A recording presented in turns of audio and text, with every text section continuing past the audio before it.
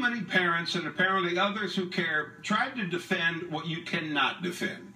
Some parents actually argued that it was just a mistake. They had 5 signs, grabbed 2, and they just accidentally, when held together, said white power. Louisville school officials say now it was no accident, and how could it have possibly been? They're taking their signs away, but there's a history in Flower Mound. When my granddaughter, who went to Louisville High, would be at a game in Flower Mound, she and her friends would hear the chant, "Welfare babies, do you know who your daddy is? Because we know ours." I feel sorry for people who find their value in the value of their home or the money they have, but I don't blame the kids as much as some of you might, maybe because I used to be one of those kids. I was raised in a small Iowa farm town that had only one black family in the county and raised by a man who used the N-word like it was a proper noun. I think I was 12 before I realized that the N-word actually wasn't the first name of Willie Mays, Hank Aaron, Elston Howard, and so many more.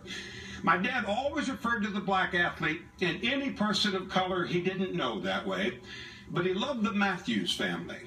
Henry and Billy Matthews were good people. The whole family was. My dad always said they were different.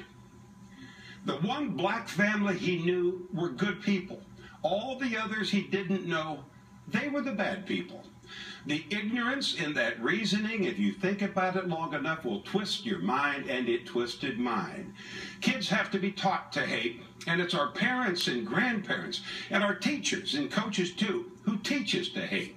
Kids become the product of that environment. I was, and they are. The kids who hold the signs and chant their racist slurs, and it's not all of them, it never is, but their ignorance perpetuates the stereotype of all of us in Texas as a racist, ignorant people. But that ignorance will be replaced someday by the wisdom they learn when they live in the real world, when they meet the people who don't look like them, didn't grow up the way they did, the people who make this life worth living. They will change. Not all of them, it never is, but they will change. I did a long time ago, they can too. But not if we try to defend what you cannot defend. And not if we stay silent and think taking their signs away is doing enough. The world will not be destroyed by those who do evil, but by those who watch them without doing anything. Albert Einstein. I'll answer the emails tomorrow. You'll likely have a full inbox.